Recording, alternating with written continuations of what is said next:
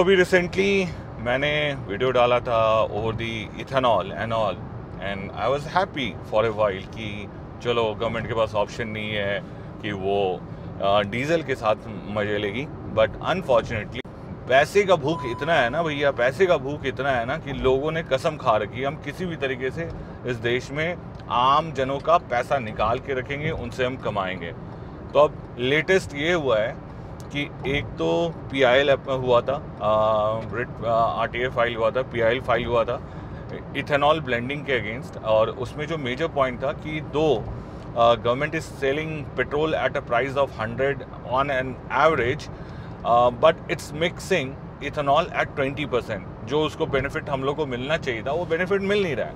और अभी मैंने एक रील डाला था जिसमें दो बेटे हैं, सारंगी एंड निखिल, कैसे उन्होंने 1100 करोड़ रुपए कमा लिए पिछले 3-4 सालों में, thanks to the Nitin Gadkari साहब का विजन कि हम इथेनॉल ब्लेंड करेंगे, और thanks to the Nitin Gadkari साहब की इतनी मेहनत कि उन्होंने इतना हमारे देश के लिए और हमारे आम जनों के लिए सोचा कि उनके बेटों ने 1100 करोड़ रुपए कमा लिए। अब देखो उनके बेटों ने तरक्की करी है तो इसको इस तरीके से लोगों की उन्होंने स्टैंडर्ड आपके लिए दिया है कि या तो आप पढ़ाओ लिखाओ, मेहनत कराओ, स्कूल भेजो, कॉलेज भेजो, फीस दो, टैक्स दो, सब कुछ करो, नॉर्मल एक ग्रेजुएशन कराओ किसी घटिया कॉलेज से, पॉलिटिशियन बन जाओ या बना दो, एटलीस्ट उसकी नहीं तो आने वाले फ्यूचर का फ्यूचर अच्छा हो जाएगा, आने वाली जनरेशन का फ्यूचर हो जाएगा, अच्छा हो जाएगा। तो एक जो न्यू फील्ड का उन्होंने अपॉर्चुनिटी दिया है, क्योंकि देखो आज के डेट में हो क्या रहा है, गवर्नमेंट जो भी है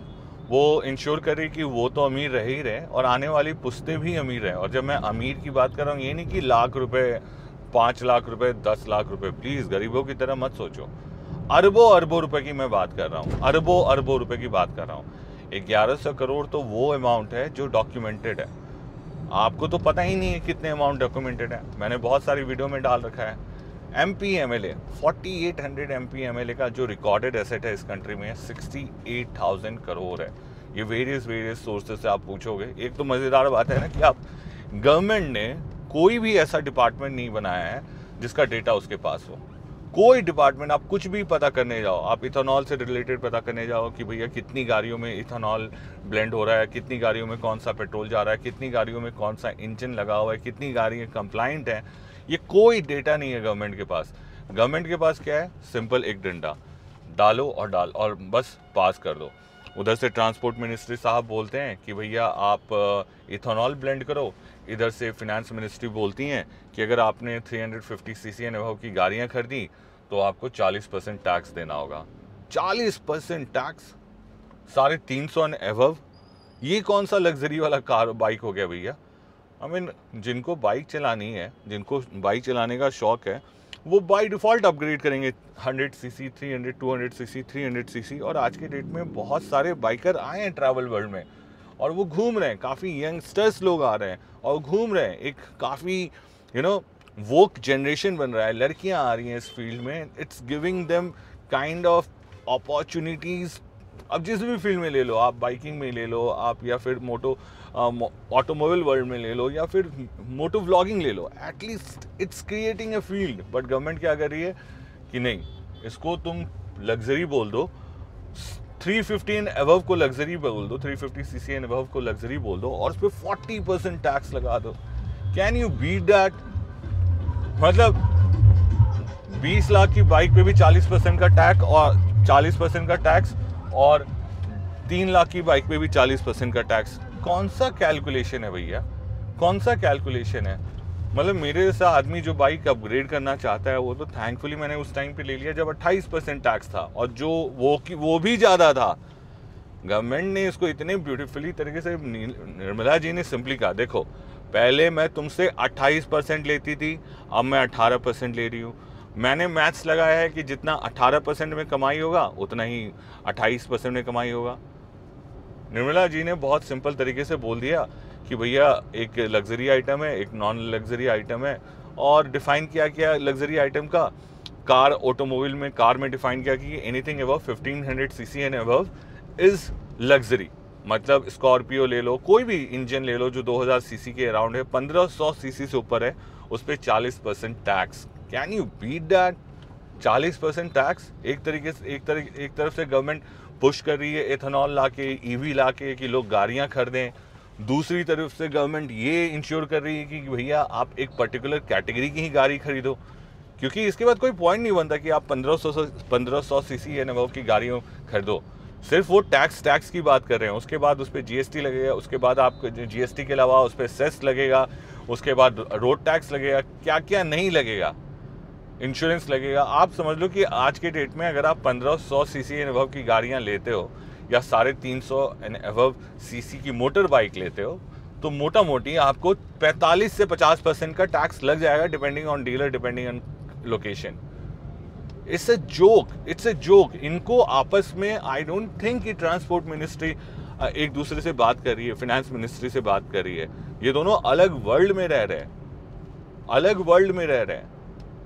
यूएसए वाला रोड बनाना चाहते हैं, 1500 सीसी से ऊपर की गाड़ियां नहीं चलने देना चाहते हैं, 350 सीसी एंड अबव की बाइक नहीं चलने देना चाहते हैं, उससे नीचे की गाड़ी रखना चाहते हैं, और फिर इमेजिन करते हैं कि एक रेवेन्यू भी जनरेट हो जाए उन्हीं लोगों से जिनके पास है। ये नहीं कि आप इनेबल करो। डेटा ये बोलता है कि टोटल 9% के अराउंड लोगों के पास गाड़ी है इंडिया में। गवर्नमेंट क्या कर रही है कि उसी 9% में ईवी ला रही है, डीजल बैन कर रही है, पेट्रोल बैन कर रही है, इथेनॉल ला के पुरानी गाड़ियों को वाइप आउट कर रही है, अपने बच्चों को आगे बढ़ा रही है। इथेनॉल ला के पुरानी गाड़ियों को वाइप आउट कर रही है, उधर से 40% टैक्स लगा रही है, उन्हीं 9% में गवर्नमेंट गेम खेलना चाहती है। मतलब इतनी कामचोर गवर्नमेंट है कि ये भी नहीं सोच सकती कि अभी 9% लोगों के पास गाड़ी है, मतलब अपॉर्चुनिटी 81% लोगों के पास है। तो कुछ ऐसा काम करे कि लोगों की अर्निंग कैपेसिटी बढ़े और लोग खुद से गाड़ियां खरीदें। नहीं, एक काम करो, हम अर्निंग कैपेसिटी तो बढ़ा नहीं सकते हैं, तो 30%, 40%, फलाना ठिकाना कुछ भी टैक्स लगा दो, और उसके बाद उन्हीं लोगों को इथेनॉल ला दो, ईवी ला के बैन कर दो, उनकी गाड़ियां बैन कर दो, उनकी गाड़ियां जब्त कर लो, उन्हीं से गाड़ियां खरीदवाओ जिन्होंने गाड़ियां खरीद रखी है। बाकी लोग के बारे में कौन सोचता है? एट द एंड देखो, नंबर पे काम होता है, एक नंबर पे काम होता है। ऐसा थोड़ी है कि एयर प्यूरीफायर आ गया तो सब पे इम्प्लाई हो रहा है, सब लोग एयर प्यूरीफायर ले रहे हैं। नहीं ले रहे हैं। एयर प्यूरीफायर कंपनी वालों को भी नहीं चाहिए कि सब लोग एयर प्यूरीफायर लें। वो जानते हैं कि किस तरह के कस्टमर लेंगे और किस तरह का कस्टमर लेगा। आप एयर प्यूरीफायर बिकता है भैया मार्केट में, छोटी मोटी इंडस्ट्री नहीं है। 2-3 हज़ार करोड़, आने वाले टाइम में 20 से 30 हज़ार करोड़ की इंडस्ट्री बनने वाली है। कौन लोग लेंगे? आपको क्या लगता है आप ले पाओगे? 70% जनता जो यहाँ पे आपको दिख रही है सामने में, कोई नहीं ले पाएगा इसमें से एयर प्यूरीफायर, कोई नहीं ले पाएगा, क्योंकि वो लग्जरी आइटम में है 40% टैक्स के साथ। नहीं, लग्जरी आइटम में नहीं है, वो नॉर्मल आइटम में है। पॉइंट यही है ना कि बस इतने बड़े बड़े लोग हैं, इतने पढ़े लिखे लोग हैं, इतने इम्पॉर्टेंट पोजीशन पे हैं, कुछ भी डिसीजन लेने से पहले एक नॉर्मल, आई डोंट थिंक कि ये आपस में डिस्कशन भी करते हैं। बस अपना अपना एजेंडा चलाना है। गडकरी साहब को अपने बेटे का करियर चलाना है, निर्मला जी को बस जीएसटी के बहाने या इनकम टैक्स के बहाने या टैक्स के बहाने या फिर टैक्स नोटिस के बहाने एक्स्ट्रा टैक्स ला के गवर्नमेंट को देना है। रिटर्न में आपको क्या मिल रहा है देख लो आप, कुछ भी नहीं मिल रहा है। घटिया क्वालिटी का पेट्रोल मिलता है, घटिया क्वालिटी का डीजल मिलता है, उससे ऑलरेडी इंसान परेशान है, अब उसमें भी उन्होंने मिक्सिंग कर दी और उसके बाद वो पूरे 1 लीटर का प्राइस ले रहे हैं। मतलब होता है ना कि नॉर्मल डेज में आप जो पैसे लेके जाते हो बाहर मार्केट में, उससे कुछ भी खरीदारी करते हो, मजाल किसी की कि आपको कोई फ्रॉड कर दे। अगर पता चल गया आपको तो आप तो उसकी जान ले लोगे, या उसको डिपेंडिंग ऑन अमाउंट आप उसके साथ वैसा बिहेव करोगे। गवर्नमेंट आपसे पैसे छीन ले रही है और उसके बदले में आपको घंटा कुछ नहीं दे रही है, बट मजाल आपकी कि आप कुछ कर सको। आप चाह के भी नहीं वो पैसे दे रहे हो, नहीं चाह सकते हो, आपका वहाँ चॉइस ही नहीं है कि भैया हाँ मुझे ये पसंद नहीं है, मेरे को अच्छी हवा नहीं मिल रही है, मेरे को अच्छा इन्वायरमेंट नहीं मिल रहा है, गंदा रोड मिल रहा है, बेकार रोड मिल रहा है, तो मैं टैक्स नहीं देना चाहता हूँ, मैं खुश नहीं हूँ, मैं टैक्स नहीं देना चाहता हूँ। ये ऑप्शन नहीं है और मेरा मानना है कि ये ऑप्शन होना चाहिए। गवर्नमेंट को 2 चीज़ आज के डेट पे करना चाहिए कि अगर कोई बंदा अगर आपको 18 रुपये भी दे रहा है, मिनिमम 100 रुपये मान लो खर्च करता है, उसमें अपने जीएसटी लगा दी 18 रुपये की, अगर 18 रुपये दे रहा है तो उसका 18 रुपये कहाँ खर्च हुआ है ये उस बंदे को पता होना चाहिए और आपके पास भी इसका डेटा होना चाहिए। आप ये नहीं बोल सकते हैं कि भैया हम सिर्फ टैक्स कलेक्ट कर रहे हैं और कहाँ जा रहा है हम आपको बताएंगे नहीं। मुझे पता ही नहीं कहाँ जाता है। 6 लाख करोड़ डीजल और पेट्रोल के सेल से है, 6 लाख करोड़। इसके अलावा टोल कलेक्शन है, रोड टैक्स कलेक्शन है, कितने भतेरे टैक्स हैं। इन्होंने कितने दिन तक, आई मीन 2020, 21, 22 तक मैं बहुत लोगों से इस बात पे लड़ते रहा हूँ कि भैया आप चाहे कमाते हो नहीं कमाते हो, आप खाते हो, कंज्यूम करते हो, तो उस पर भी टैक्स देते हो। टैक्स सिर्फ वही नहीं देता है जो कि कमा रहा है या धंधा कर रहा है, टैक्स हर कोई दे रहा है, हर कोई दे रहा है। यहाँ पे जितनी चीज़ें दिख रही हैं आपको, सब पे टैक्स है। ऐसा नहीं है कि वो कार में चल रहा है, वो बाइक में चल रहा है तो बाइक वाले को टैक्स नहीं देना पड़ रहा है। बहुत सारी चीज़ें तो सबके लिए सेम है, उनको तो पता भी नहीं है। इनकम के हिसाब से, बिजनेस के हिसाब से आपका टैक्स कैलकुलेशन अलग हो जाता है, लेकिन कंजप्शन टैक्स सबके लिए सेम है। आप जितना टैक्स दूध पे दे रहे हो वो सब वही टैक्स दे रहे हैं। तो अमीर क्या गरीब क्या, गाड़ियों पे भले ही डिफरेंस है, गाड़ियों पे भी लेकिन अलग चोचलेबाजी है। मतलब होना ऐसा चाहिए था कि भैया आप ये तो देखो कि आपके पूरे मार्केट सेगमेंट में किस तरह की गाड़ियां हैं, किस तरह की बाइक हैं, किस तरह का कस्टमर है। ये जो आप इतनी गाड़ियां देख रहे हो जिनको आप सुपर लग्जरी बोल रहे हो, 1500 सीसी में थार आती है, स्कॉर्पियो आती है, एनीथिंग, आप थार ले लो, स्कॉर्पियो ले लो। अब ये गाड़ियां लोग EMI पे ले रहे हैं, EMI पे आप 40% टैक्स एक्स्ट्रा ले रहे हो। आप ऐसा करो कि लोन पे जो टैक्स पे गाड़ियां आनी है उस पर टैक्स वेव ऑफ कर दो, क्योंकि उस पर आप इंटरेस्ट भी ले रहे हो, उसमें भी आप GST ले रहे हो।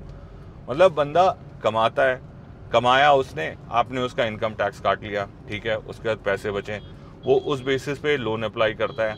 उसका 25 लाख का लोन अप्लाई हो गया, उसमें EMI कुछ समझ लो बन जाएगी आपकी 25,000 के करीब की, 5 साल की EMI बन जाएगी। अब इस 25 लाख के लोन पे भी आप GST दे रहे हो, प्लस भतेरे टैक्स दे रहे हो।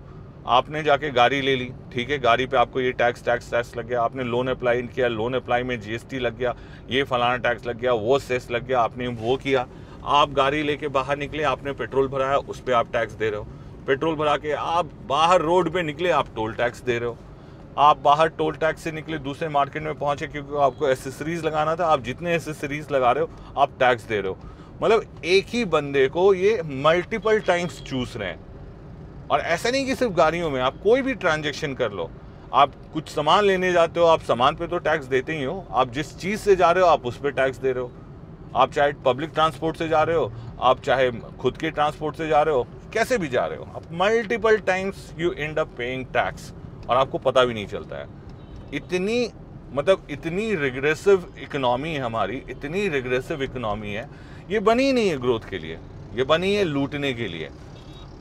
अंग्रेजों का दिया हुआ डिज़ाइन है, ये उसी पे काम किए जा रहे हैं, ये उसी पे काम किए जा रहे हैं, उसी को रिफाइन किए जा रहे हैं, और ऐसे एक्ट करते हैं कि भाई साहब, you know what, we solved such a big problem, tomorrow India will be a big country, and they talk like that. Fourth biggest economy, third biggest economy, Crompton general, कौन नीति आयोग के CEO, पता नहीं कितने बड़े बड़े पोजीशन वाले लोग ऐसे आके क्लेम करते हैं कि भैया देखो, शाहरुख खान ऐसे आके क्लेम करते हैं कि हम थर्ड बिगेस्ट इकोनॉमी हो गए।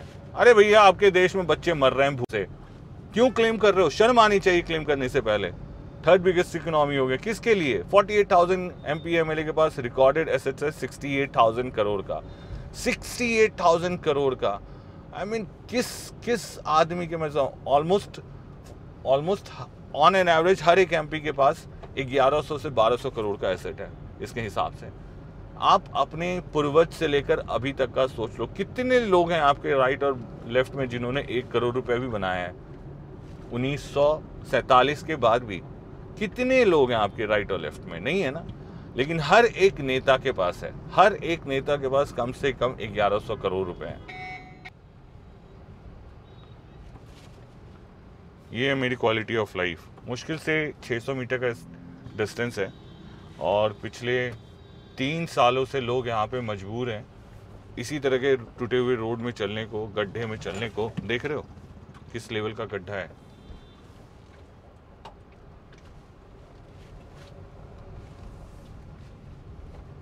हर जगह ये पैच है, और थैंकफुली अभी बारिश हो रखी है, नहीं तो अभी ये mixed with all sort of dust and pollution हो जाता। देखो सीमेंट वाली गाड़ियों ने सीमेंट गिरा रखा है, गंद पड़ा हुआ है, मिट्टी निकल रखी है, रोड टूटा हुआ है। लोग टैक्स देके, इतना सारा टैक्स देके, प्रीमियम कार का टैक्स देके मजबूर हैं टट्टी में रहने को। टट्टी है, और क्या बोलोगे आप। ना पेवमेंट है, ना प्रॉपर रोड्स हैं, गंदगी है, कीचड़ है, लोग कैसे भी हैं। यही है life style third biggest economy का। हमारे एक मिनिस्टर साहब हैं, वो ये जवाब देते हैं कि उनसे पूछा गया है कि इस तरह की हो रही है चारों तरफ की बर्बादी पे आपका क्या कहना है। तो ये जवाब देते हैं, ये बर्बादी कहाँ है, ये तो हर जगह होता है, अमेरिका चले जाओ, कहीं भी चले जाओ, ये होता है। अब इन महानुभाव पढ़े लिखे लोगों को कौन समझाए कि बारिश में पानी भर जाए इससे लोगों को प्रॉब्लम नहीं है। ये जो बारिश के बाद की मार है ना, हर जगह कीचड़, गंदगी, चारों तरफ बदबू, लोगों को उससे प्रॉब्लम है। देखो गाड़ियां कैसे कूद रही हैं गड्ढों में, देखो सामने में इन्होंने ये पूरा पैच ही देखो, वो इतना बड़ा पैच है कि लोग उसमें जाना ही नहीं चाह रहे हैं। ऑटो की हालत देख लो। यही है थर्ड बिगेस्ट इकोनॉमी का रियलिटी। बच्चे भी हैं। अब बताओ, वो स्कूटी वाला बंदा गलती से यहाँ गिरता है, क्या हालत होगी। देखो लोग मजबूर हैं। अब आप ऐसे मजबूर लोगों से पूछोगे क्या करना है, तो उनके पास जवाब नहीं है, क्योंकि एक्चुअली उनको नहीं पता क्या करना है। वो परेशान है अपनी लाइफ में ऑलरेडी, फिनेंसेस जुगाड़ लगा के, लाइफ जी के, इन सब चीज़ों में जिंदा रह के, बच के, सरवाइव करके, गंदगी में रह के। तो उनसे आप क्या ही एक्सपेक्ट करोगे, वो कुत्तों को ही मारेंगे, क्योंकि कुत्ता एकमात्र वीक लिंक है इस पूरी सोसाइटी में।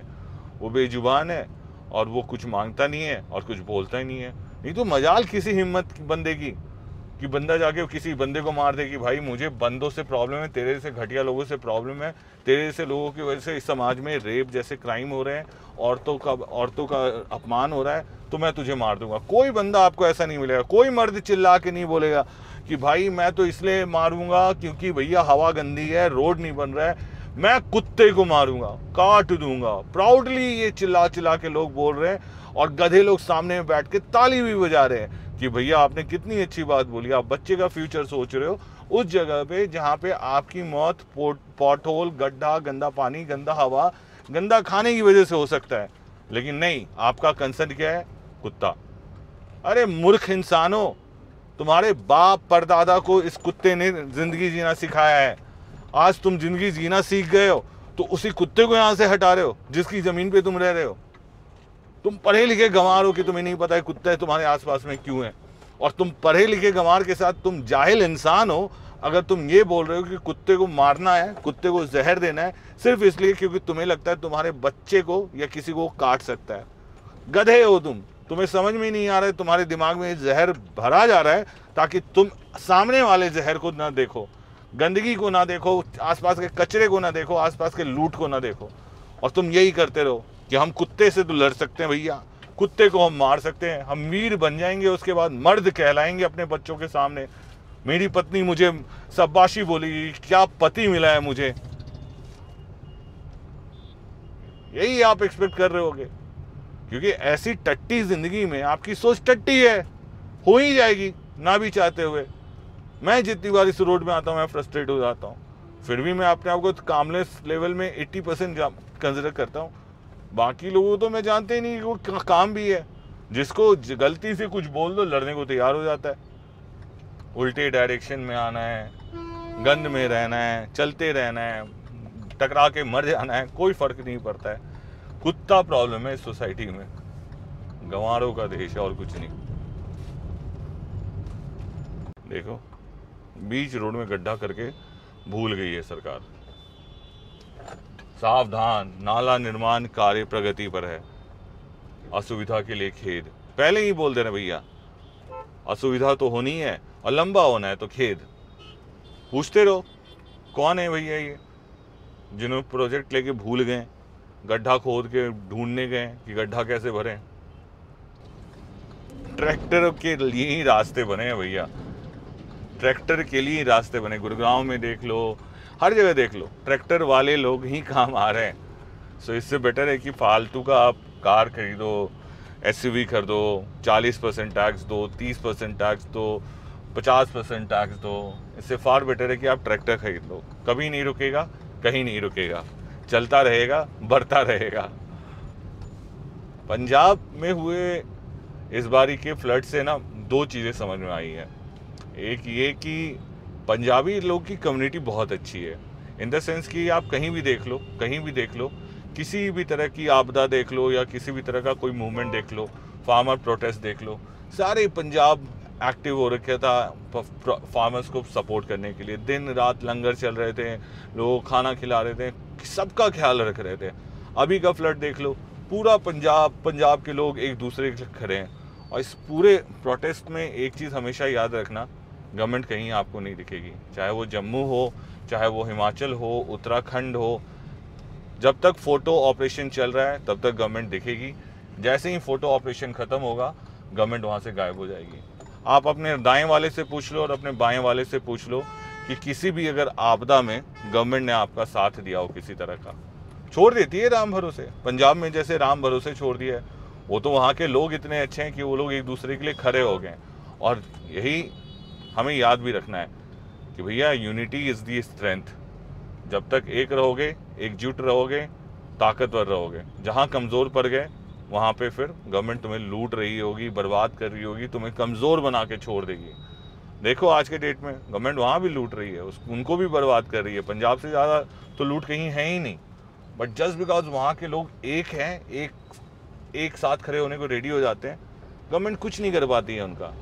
ना उनको इम्पैक्ट कर पाती है कि बिना फैसिलिटी दिए हुए, और ना उनको कुछ रोक सकती है। फार्मर प्रोटेस्ट सबसे परफेक्ट एग्जांपल है। कील लगाना पड़ा था गवर्नमेंट को, बैरिकेड्स लगाने पड़े थे फार्मर्स को रोकने के लिए, पंजाब के किसानों को रोकने के लिए। पूरी इंडिया डिवाइडेड हो गई थी कि भैया वो फार्मर्स नहीं है, वो भूल चुके थे कि फार्मर्स हैं ही नहीं। वो ये बोलने लगे थे वो खालिस्तानी है, जैसे अभी वो बोलने लगे कि भैया कुत्तों की वजह से उनके बच्चों को खतरा है। यही है हमारा देश। पता ही नहीं है इनको अपना, ना हिस्ट्री पता है, ना कल्चर पता है, कल्चर से रिलेटेड चीज़ें पता है, ना अपने भगवान देवी देवता का इम्पोर्टेंस पता है, ना किसी चीज़ की रिस्पेक्ट है। बस मौका मिलना चाहिए, या तो हम नोचेंगे या नोचने वाले को मारेंगे। यही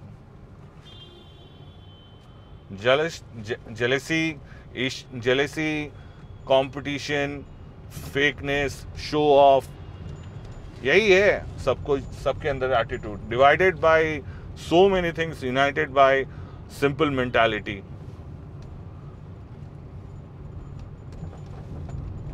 Divided by so many things, united by slave mentality. Patience नहीं है भैया लोगों में। 2 सेकंड के रेड लाइट के लिए ले हॉर्न बजाए हुए हैं। देख रहे हो, एक तरफ गड्ढा, दूसरे तरफ रोड नहीं है। यही है, बनाना नहीं है इनको, बनाना नहीं है। प्रोजेक्ट बना के चलते हैं एक टर्म का कि 5 साल में कुछ ना कुछ तो कर ही देंगे, रोड गड्ढा कर देंगे या फिर रोड भर देंगे। कंप्लीट रोड नहीं बनाएंगे। बेसिकली एक सिंगल लेन है, उधर भी मिट्टी है, इधर भी मिट्टी है, बंदे को बीच में चलना है। देखो, और जहाँ रोड है वहाँ बीच में गड्ढा है।